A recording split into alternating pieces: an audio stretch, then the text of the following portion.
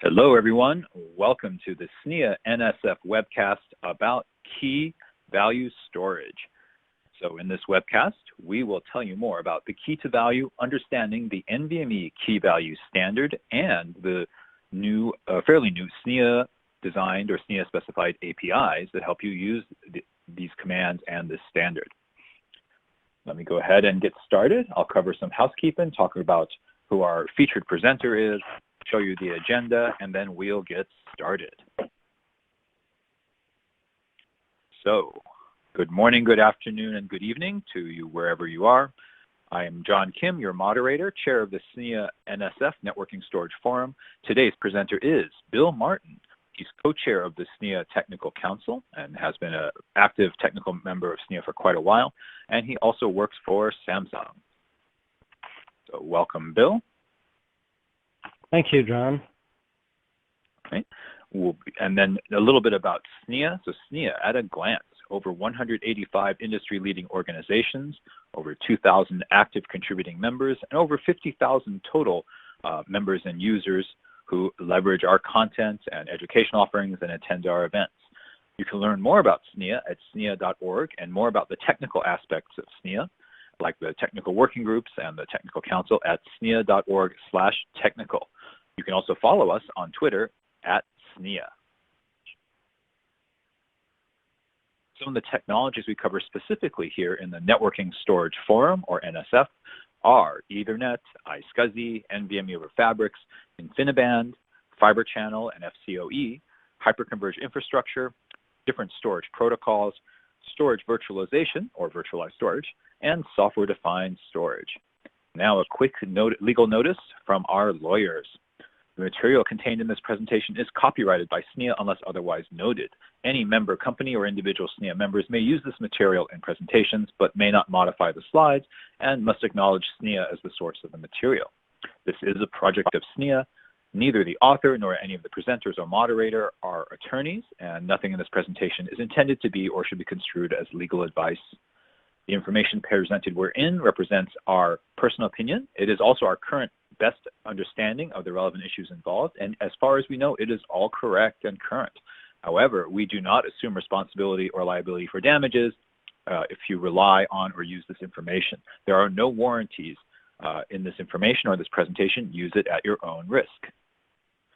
Okay, we have given the important legal statements. So what are we covering today, Bill? We're going to talk about the key value architecture, why key value is important as a concept and as a set of commands and an API, and then how the NVM Express organization and SNIA are standardizing the use of key value, including what NVMe is doing and what SNIA is doing on the API side. And then we'll show you where the open source libraries are, where you can start to use this or access it if you want to test it or play with it. By the way, I apologize, I forgot some of the other housekeeping things. Please bring your questions. You can ask questions by pressing the question button, and we will answer as many questions as we can. Any questions we can't answer will go into an FAQ that we publish on our blog in 1 to 2 weeks. You can download the slides. Someone always asks, where can I get the slides? You can download the slides right now if you click on the attachments button. You can also find the slides and a replay of this webcast on the SNIA in the SNIA Educational Library to get the slides. You can find a replay on the usually on the SNIA YouTube channel or on Bright Talk. And again, we will post a blog about this with any unanswered questions and answers to those. We do ask at the end of the webinar that you give us a rating and your feedback and comments and let us know, was it good, was it bad, what could we do better, did you love it, and so forth. So again, at the end, please give us a rating and your feedback, and you can download this, and you'll be able to watch a replay of this webcast. And finally, don't forget to send us your questions, and we'll answer as many as we can. With that said, Bill, please go ahead. So thank you, John. Getting started. Starting with key value architecture, the one thing I want to start and preface the entire presentation with is the fact that this presentation is based on the current implementations in the NVMe standard and the SNIA API standard. So key value can be extended and may very well be extended in the future in both of those organizations. So limitations that I talk about today are limitations on the existing generation of material. So moving into the architecture, first wanted to start out with just kind of going through what are the differences between key value versus block storage, and then we'll look at key value versus object storage, but block versus key value. So block storage, your data is stored in blocks of a fixed size, whether that's 512 bytes for older systems, 4K bytes for newer systems, or even larger block sizes in the future. It is strictly based on a block size. For key value, data is stored as unstructured data. So when you have a key value pair, you can store anything from a single byte to megabytes or greater. Block storage, the data is addressed by a logical block address. Those are numeric values. In key value, the data is addressed by a key. And we'll talk more as we get into this of what a key is, but a key is also a somewhat unstructured pointer to where that data is. In block storage, the LBA is a fixed number of bytes. Again, in key value, the key is variable length. Storage space is allocated in integer multiples of blocks for block storage. In key value, storage space is allocated in increments of bytes. Logical blocks are associated one-to-one with physical blocks for block storage. In key value, the value is associated with an amount of physical storage that's necessary to store the value that is associated with the key. So moving on to what's the difference between key value and object storage.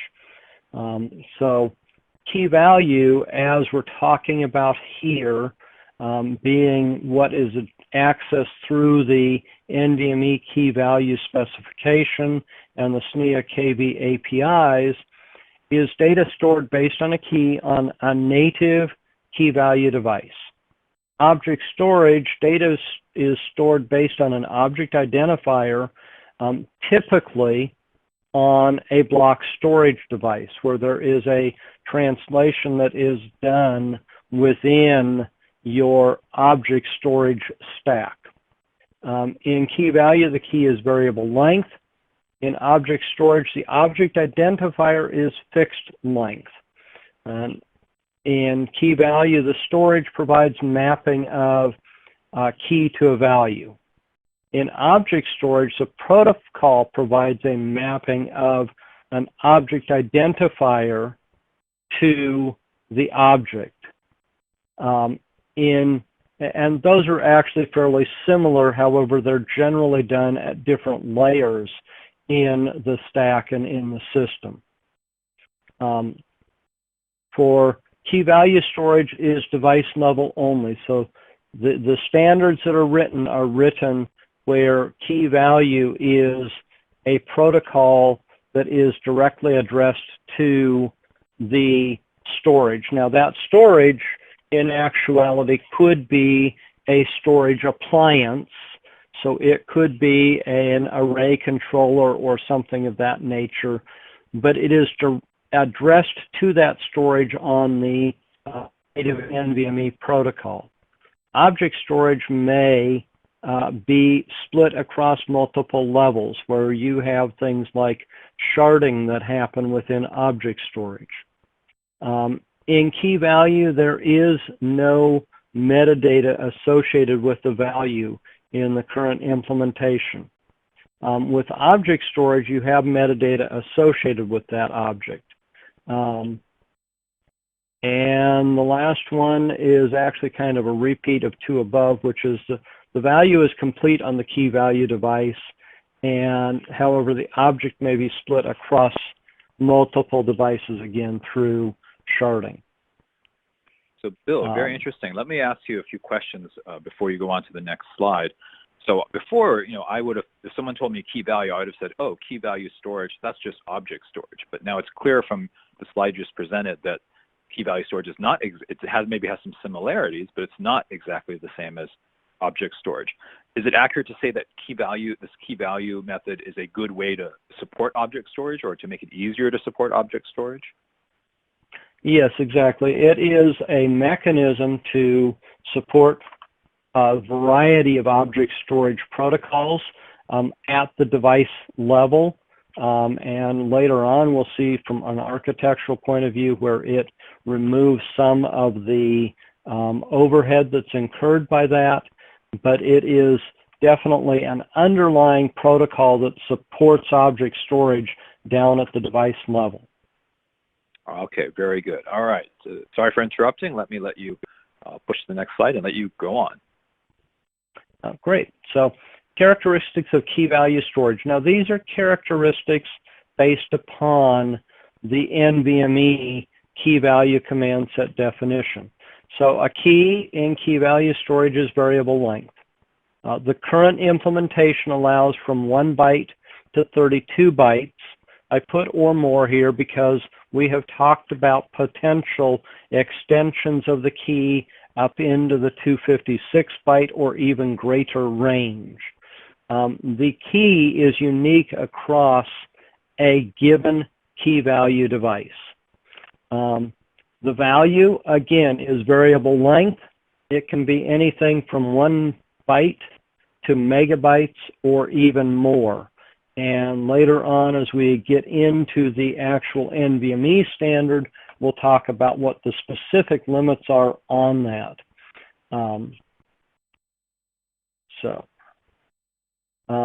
The key value operations, there are typically 4 operations. Actually, there's a 5th one that is kind of a subset of the last one on this list. But there's 4 basic operations within the NVMe key value standard. So storing. Data is stored as a single value associated with a key. With the existing definition and implementation, it is not updatable in place, which means that if you want to modify some portion of your value, you have to rewrite the entire value. It is also not extendable in place. So in other words, if you have a value that is currently 32 bytes long and you want to add 4 bytes to it, again, what you have to do is store the entire new 34 byte value, and it is stored at a new location. So with that, the last bullet kind of summarizes the 2 of those. The value you store is the complete value. So you're not storing it in chunks. You are storing the entire value at one time. Retrieving data, again, is retrieved as a single value associated with a key. You could retrieve a portion of the value. However, within the existing specification, it does not allow you to retrieve using an index into the value. So you can retrieve starting at the beginning of the value up to whatever buffer size you specified, but you can't retrieve, say, the last 60 bytes of a value. Deleting a key value pair may be deleted. That is actually something that is different than block storage. Block storage, in your file system, you can delete a file, but there's actually no mechanism to delete that from the device except for doing a deallocate for storage that is provisioned where you have more logical block addresses than physical blocks. Listing. You are able to list all the keys stored on the device, and we'll talk a little bit more about the details of that. The final one that isn't in this list that is really similar to listing is you can test for the existence of a particular key. So you can request to say, does key X exist? All right, so Bill, interesting. So on the retrieval part, you said that you can retrieve a portion of it, but under the current commands, you have to start counting from the beginning of the value But on the other hand, I suppose could the application retrieve the whole value and then the application goes through and just grabs the part of the value that it needs? Exactly. So the intent with key value is that you are dealing with complete values, and the application, unless it's trying to query a header on the data, normally would just retrieve the entire value and do whatever it wants with that entire value. Okay, makes sense. Thank you. So next, why is key value important? So I want to look first at a block architecture versus a key value architecture. And this is looked at from the standpoint of something that actually is trying to store objects. So if you have a data center software infrastructure that is storing objects, you have some key value glue logic that turns whatever you're storing into your key value pair. And then within the block architecture, you have a software key value store where you actually have a mapping from the key to the file. Then you have a file system layer where you map from the file to a logical block. You then do a block interface down to the storage device. And in the storage device, you have a third mapping layer that maps from that logical block to a physical block. With key value, you still have the same top layer things. However, once you have a key value pair coming through the key value API, you have a very thin key value library because you already have protocol at the lower layer that maps your key to your value. And then in the key value interface or the key value device, you now have a single mapping from your key, which is now an index, that index to the physical location where the value is stored. And you have a single mapping table that maps from your key to your value. So what that means is you have an increased number of transactions per second, and you have a decreased write amplification factor and decreased latency. So interesting. What are some of the... Yeah. Sorry, Bill. Sorry to interrupt. I thought that, of course, I would not surprise if you say that having a more efficient key value interface means higher transactions and reduced latency, but I didn't realize that it can also reduce the write amplification value or factor. So you're saying that using key value, using the key value commands for key value storage could give you better endurance on your SSDs? That is correct, because you are now talking about complete objects instead of partial objects, where when you are doing a going through a block layer, you are having portions of your value are stored in various LBAs. And as you store more of that, then when you, so your LBAs are mapped to physical blocks. As you delete a object or a key value pair, you're deleting pieces of it from various physical blocks. When you do that, you have now left holes, and you now have to do garbage collection, which is exactly how you increase your write amplification factor, is that you had to do the garbage collection because you created holes when you delete a key value pair. When you write as a complete, when you write as a complete key value pair, you store it all in one physical location. So when you delete it, you simply erase those physical blocks. Okay, great. Yeah, I didn't see that one. I didn't anticipate that one as an added benefit, but that's good to know. That anyway, reduced write amplification. Okay, please go on. Use cases. So use cases. So some very simple use cases.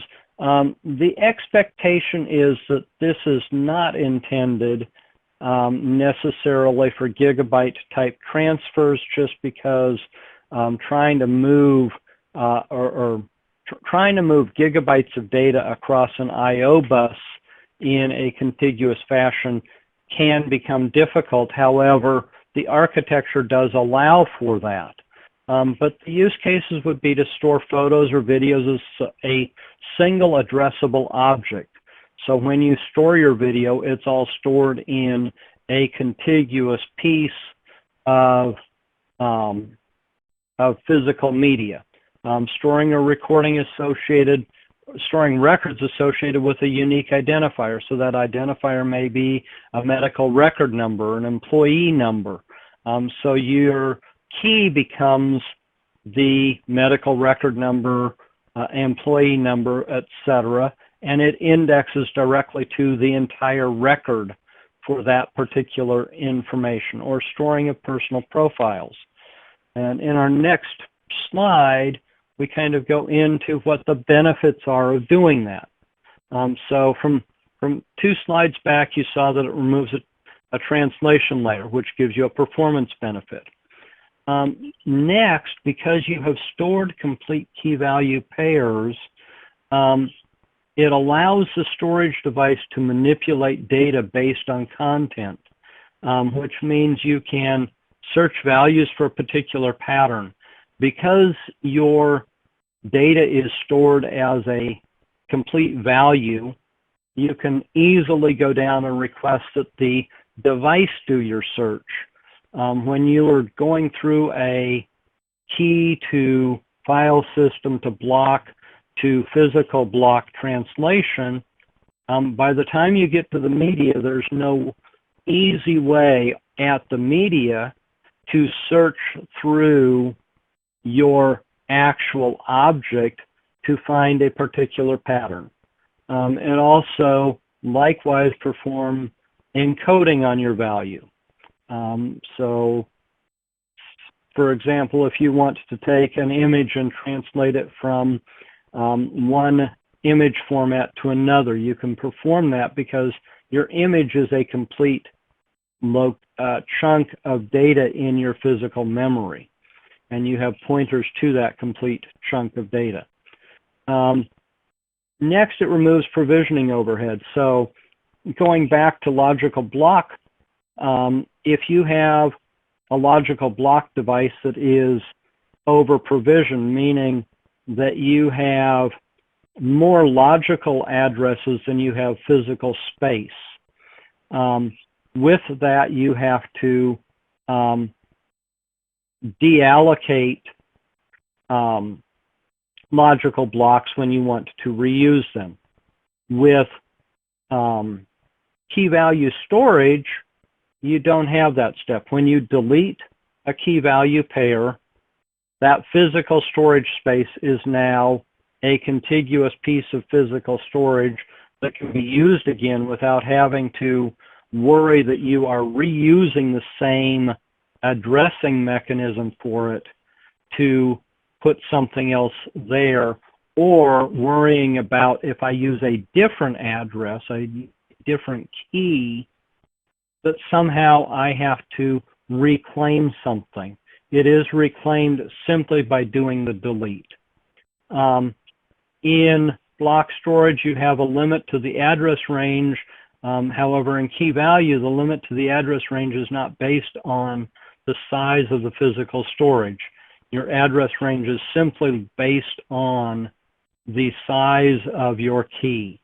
And as I said earlier, for the existing key value implementation, that is a 32-byte key.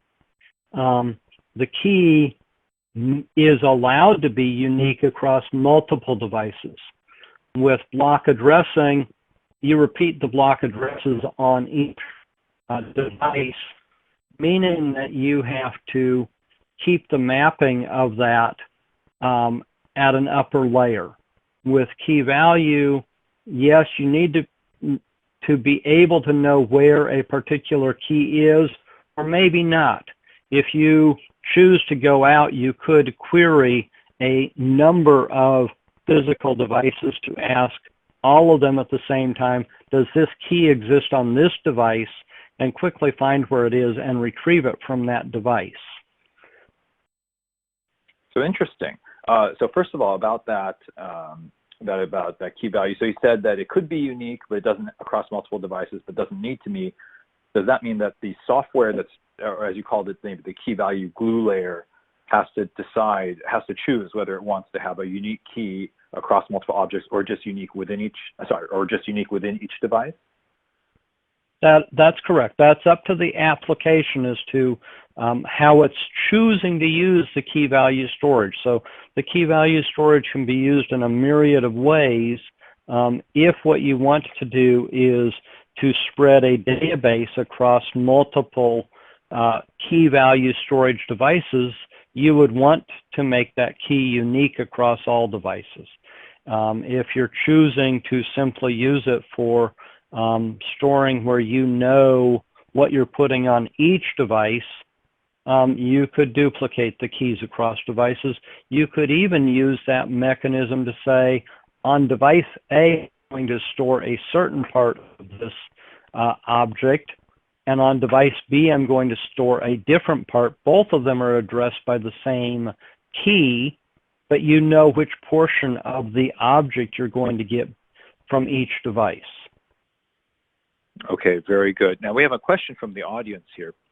The question is there a limit to the length of the key or to the value in the key value architecture? Now I think you said that the key currently is limited to 32 bytes. Is that right?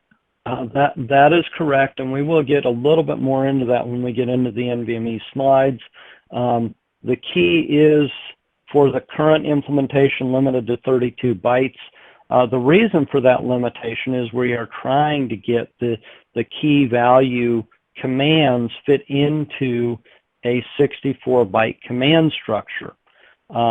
So with that, we have looked at mechanisms to put the key down and make it a 2 command steps in order to access a key value pair, where one command is sending the key to the device and the second command is doing the store, the retrieve, or whatever operation.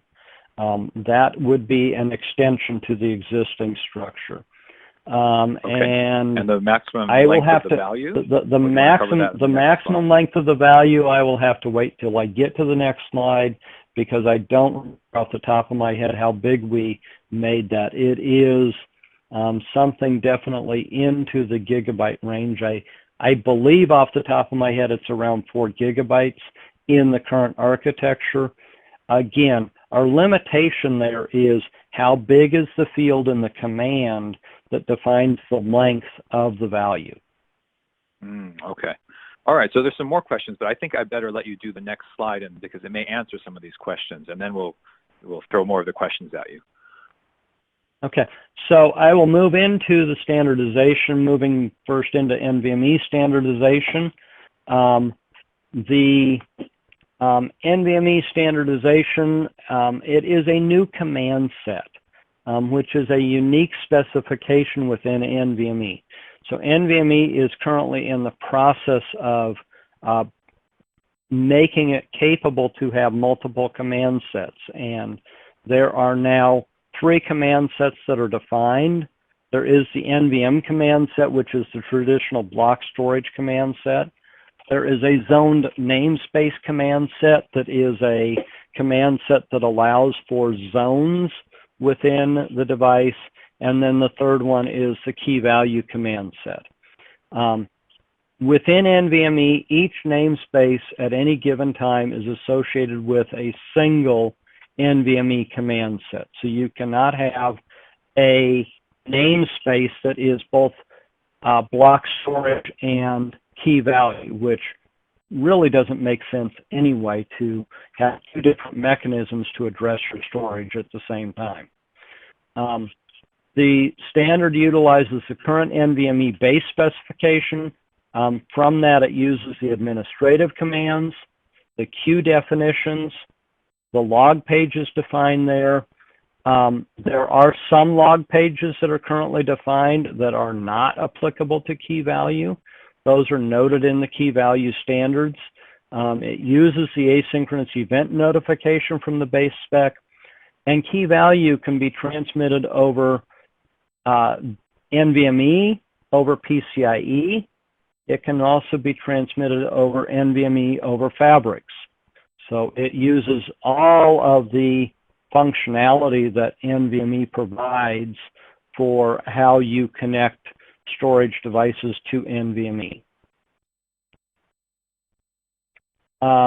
So what are the basic constructs? And here's where we get into the limits that are here based on the NVMe standard. So the key is specified in the command. As I said earlier, the command is a 64-byte command where we could extend that. There are many ways to extend the key, but we wanted to first work within the existing 64-byte command structure, which allows us 32 bytes as the maximum length of the key.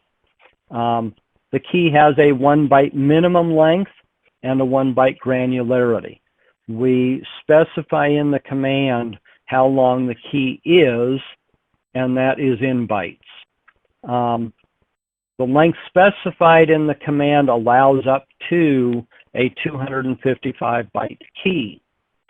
So that is where we can extend it without modifying the commands significantly, but having to figure out how to transmit the key. An N-byte key does not match an M-byte key, and this is a very important fact.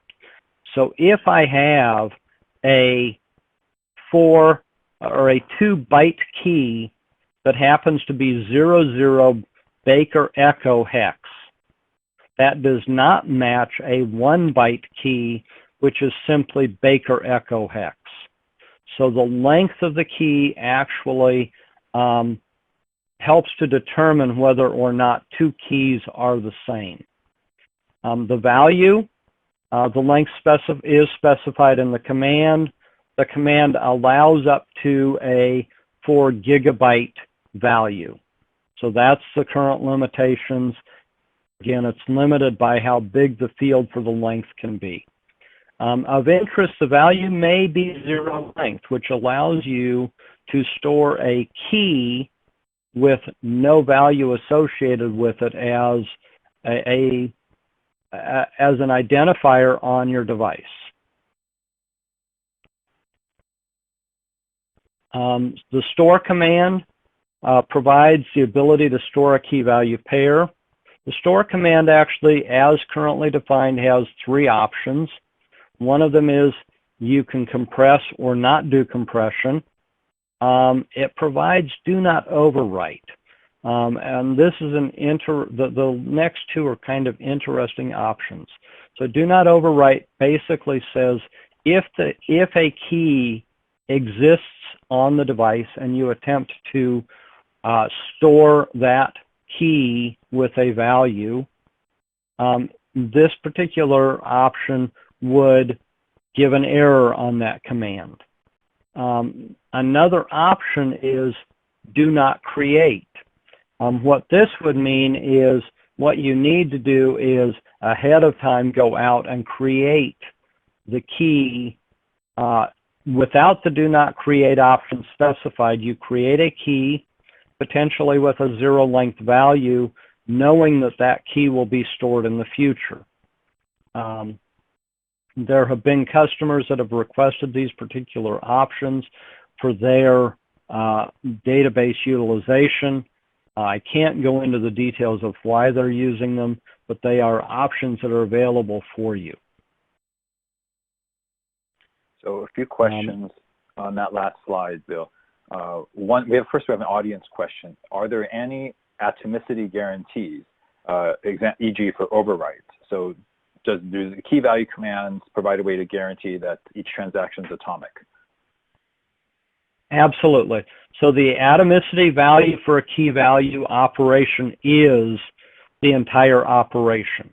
What that means is if I had a key value pair that was that the key was Jack, and I now store a new key value store pair with the key being Jack, then we are guaranteed that either you get all of the original jack or all of the new jack, that you don't get half of one and half of the other.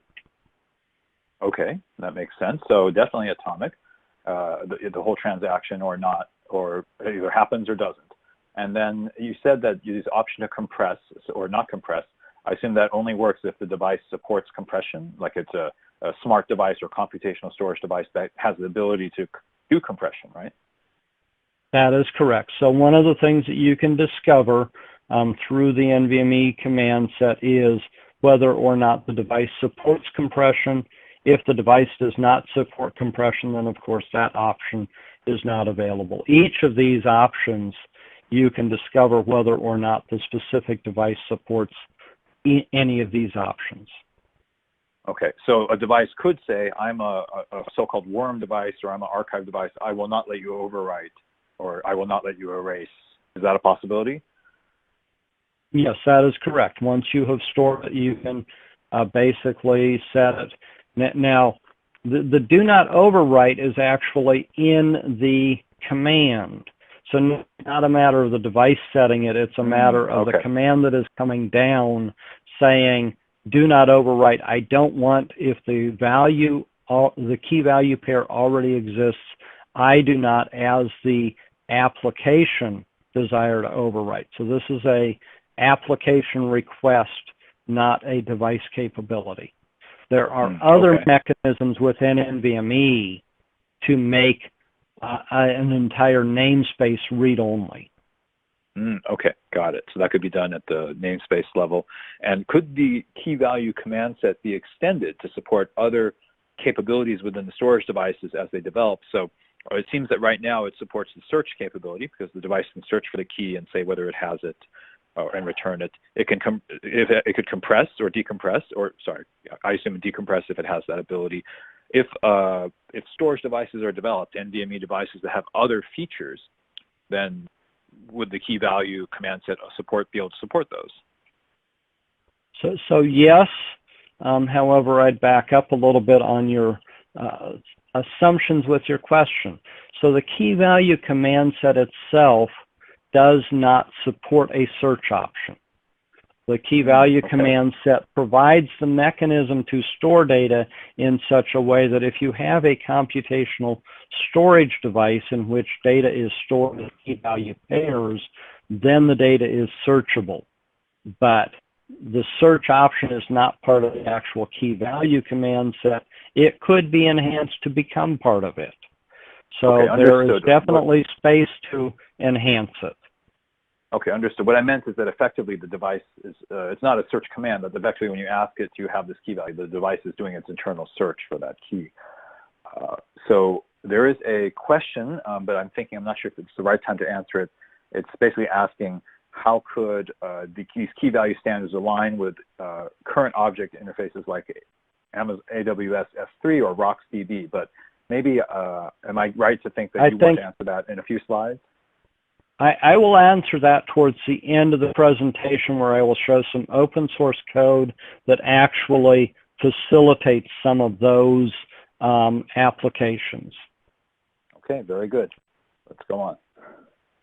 So retrieve command, it provides the ability to retrieve a value associated with a key. The only option currently defined is either to decompress if you have compression enabled, or to produce raw data. Now, why would you want the raw data?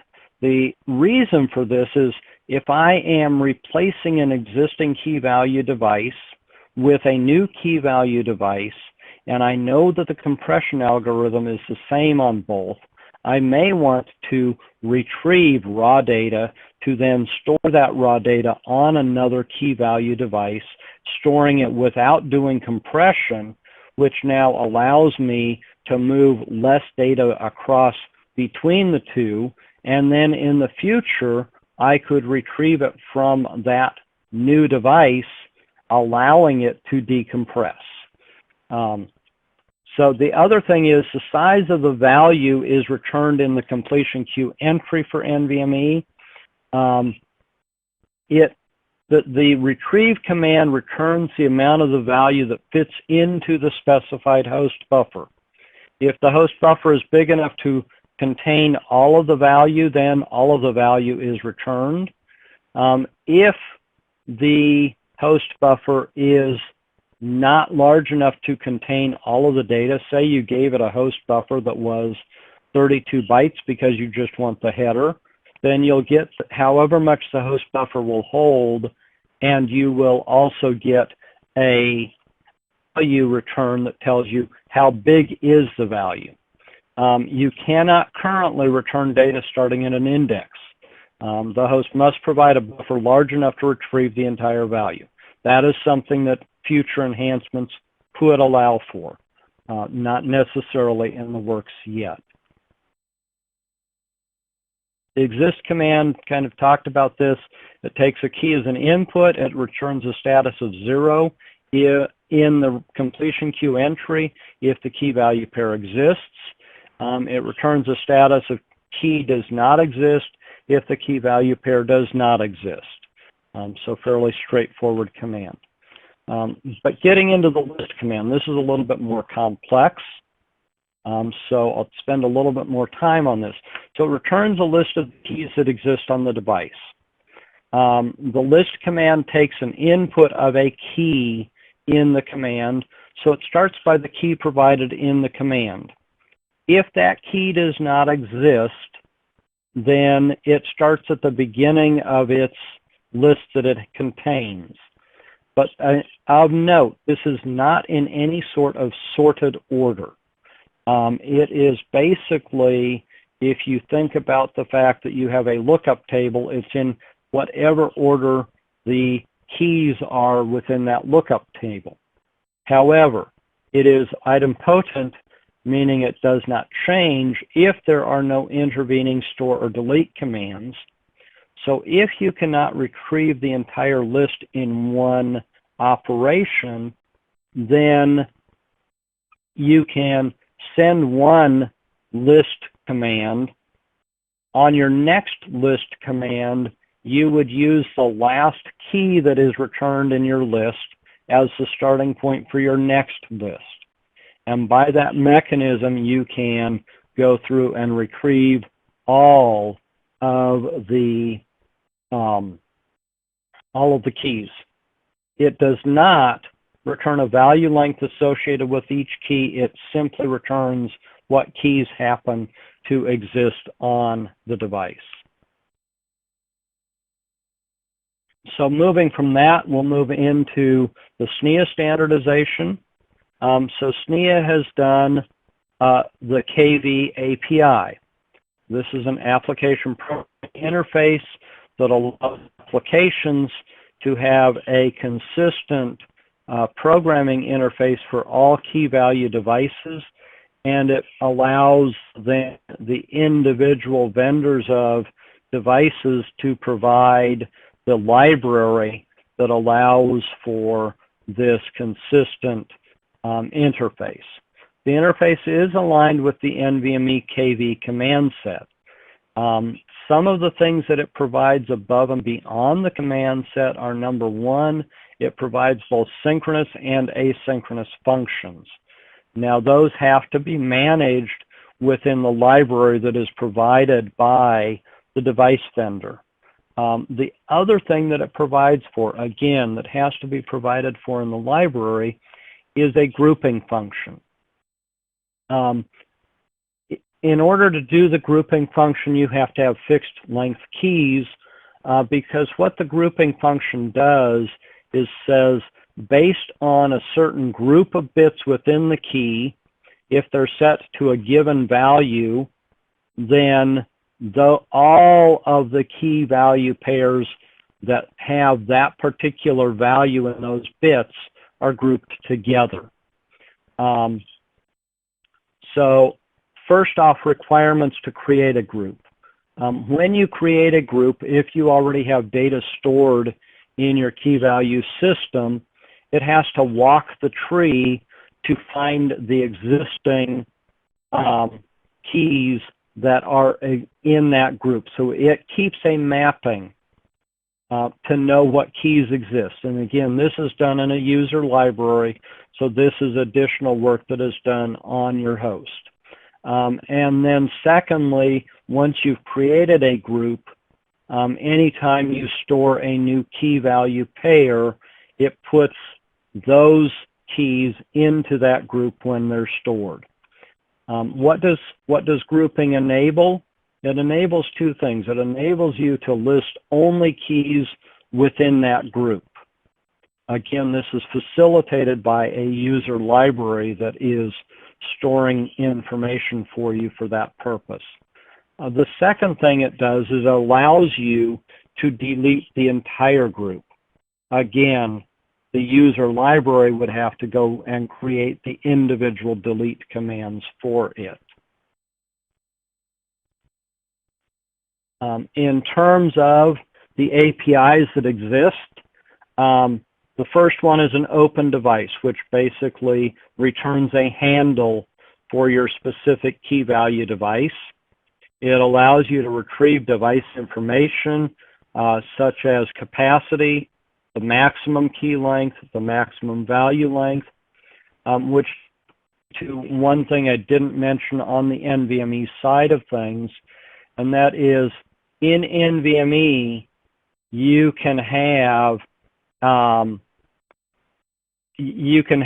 a device that may have a maximum key length that is less than the 32 bytes.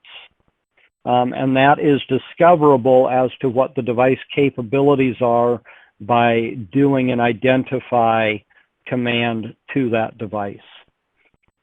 So the API allows you to get that information.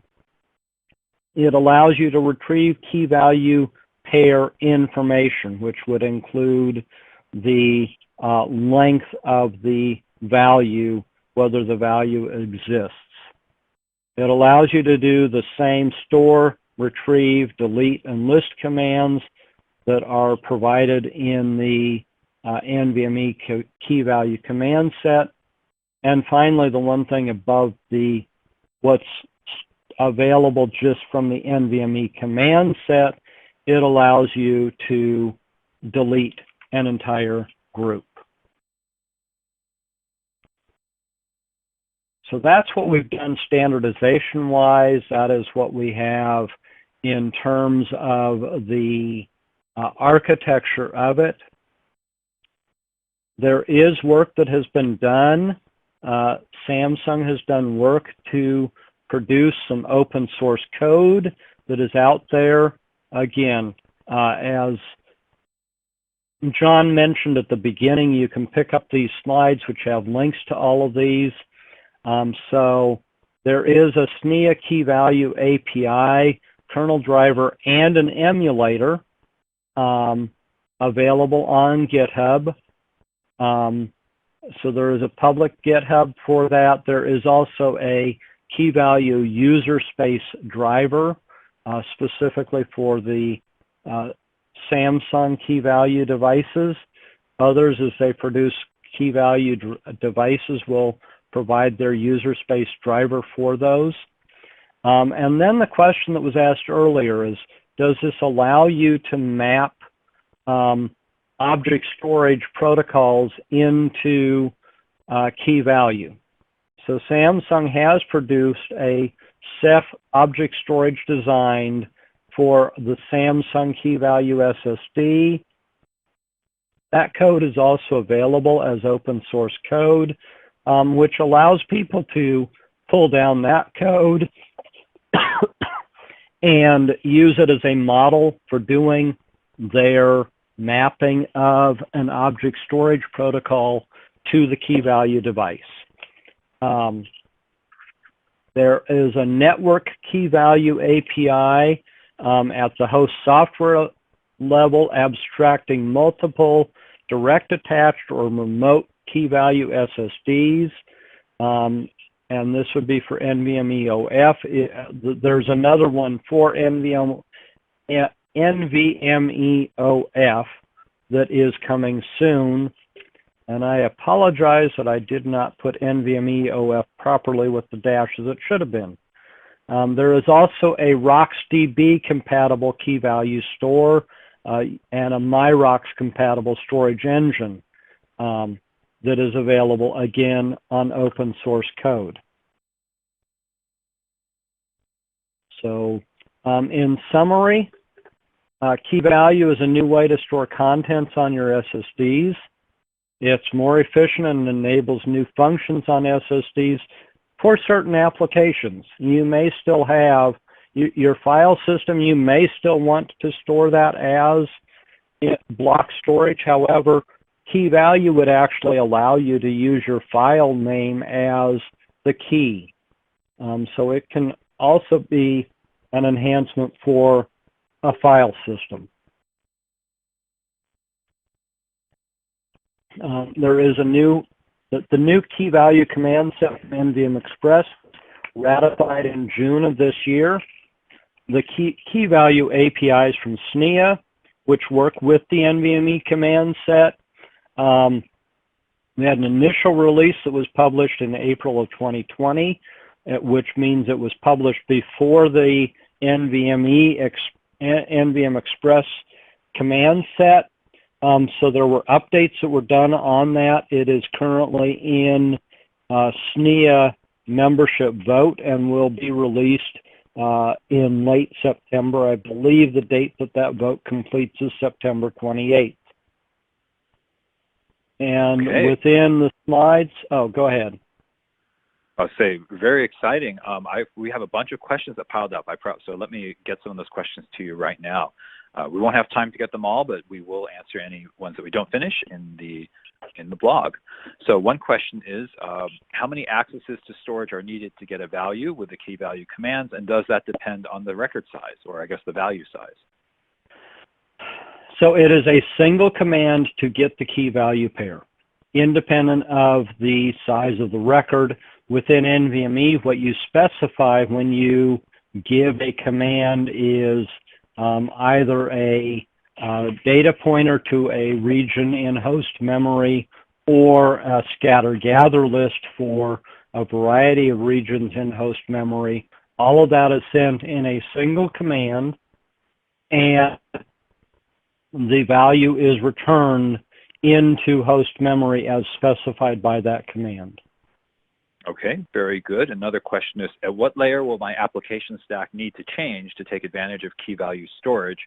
Will VMware or Linux or Windows need to change at the driver level, or will it be like in kernel space or the application level? It would be at the application and the driver level. So it is currently in the user space for Linux. So at the moment, it's not in the kernel. There are efforts underway to get that upstreamed into the Linux kernel to provide direct access to key value storage. I don't know the real time frame on those. It's definitely a ways out. So for the moment, the publicly available open source code is all based on user-based libraries. Okay, so the answer is the application has to change, and the driver change is currently in the user space, and in the future that driver change might move into the kernel, right? Correct, yes. Okay, so another question we have is, let's see, is there a crash consistent option or version of the key value commands? So the key value commands do not support, they're not doing object storage where you actually have a journal going on of what you have written. So there is not a crash consistent version of this. It is basically atomic for a given key value pair. So if in the middle of writing a key value pair, the system crashes, then what you are left with is a consistent key value pair that happens to be the old key value pair before you started the write. So from the fact that each key value pair is atomic, that does provide crash consistency in the fact that you will never get a key value pair in which the value is half old and half new because of a crash. Okay, very good. That relates to the earlier answer on atomicity. What about, here's another question. I assume key value namespaces can be implemented at a higher level than a single SSD. Or it's a question, can they be implemented at a higher level? For example, could you have a board or a storage controller that attaches to multiple SSDs but presents one NVMe key value namespace to the clients? So yes, key value could indeed be implemented in a storage controller that has multiple storage devices behind it. And it is up to that storage controller to then manage how it stores them down on the devices. And in actuality, what you most likely have is that storage controller will then use key value going down to each of its devices, and it will determine how it does the mapping.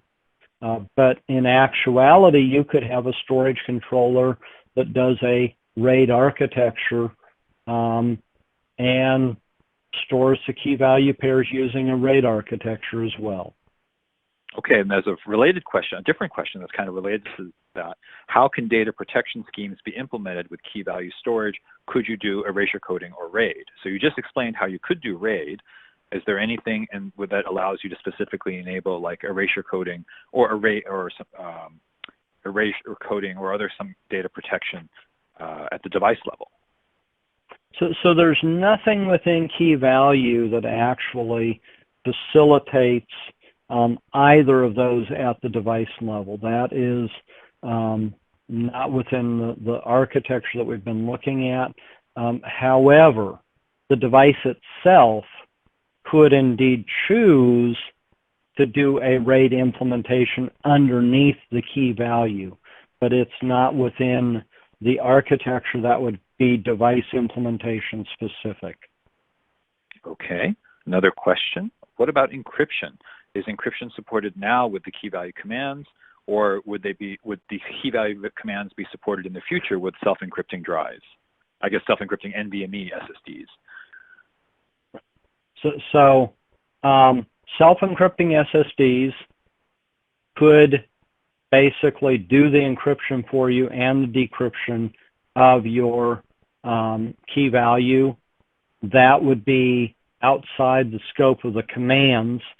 Currently within NVMe, they are looking at some mechanisms to pass keys on a per IO basis. I can't go into any of the details of that. Is it possible in the future to do something of that nature with key value? Absolutely. But that's not currently implemented. Okay, Bill, another question. Are any estimate on when these drivers or commands would be available for Windows? I don't have specific details on that at the moment. The work that we have done within Samsung has all been aimed at Linux. However, I see a number of companies who are very actively involved in the development and understanding of the key value command set to know that there are a number of companies that appear to be developing key value devices, and as they become prolific, I see that Windows driver would be something that will come down the road. Okay. Are there any plans to bring these key value commands to SAS or SATA SSDs? At the moment, no. Okay, and then we are almost out of time for questions. So let me ask one more bigger question, which I brought up earlier, and maybe that might be the last one. And again, any other questions we didn't get to, we will answer in the blog in 1 to 2 weeks and publish that 1 to 2 weeks from now. So Bill, potentially the last question. 2 of the most common key value storage mechanisms today are Amazon S3, AWS S3, and RocksDB. How do the NVMe key value standards align or differ from them? How difficult would it be to map between the APIs and semantics of these technologies to key value? So I think for RocksDB, you mentioned that there is libraries already available. Let me go back a slide or two, which allow you to use it with RocksDB. What about for AWS S3? Could some of these the SNIA APIs be used to have people use S3 to support an S3 object interface? So absolutely. So basically, you could very easily create the same type of a library to convert AWS S3 to a key value storage device and use the key value storage device as the underlying device for that AWS system. Okay, and I'm going to run us a few minutes over the hour to get a few more questions in.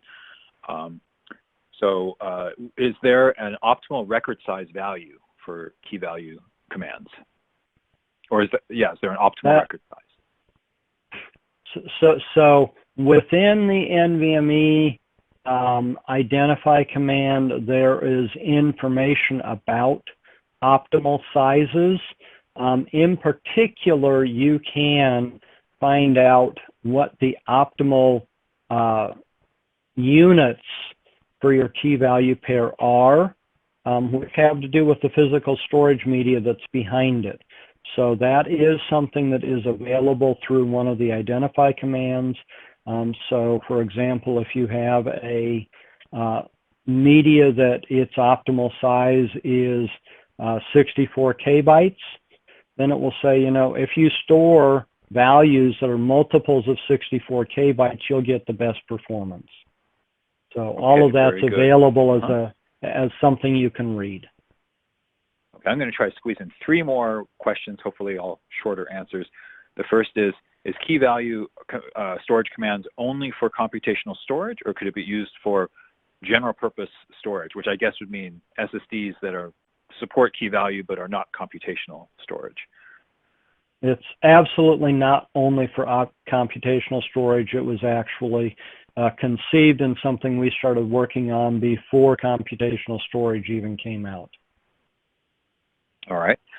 Is it possible to run the commands? Let's see, I don't quite understand the beginning, but I think they're asking, can you get the value size, then allocate the buffer for it, then retrieve the value instead of allocating the buffer first?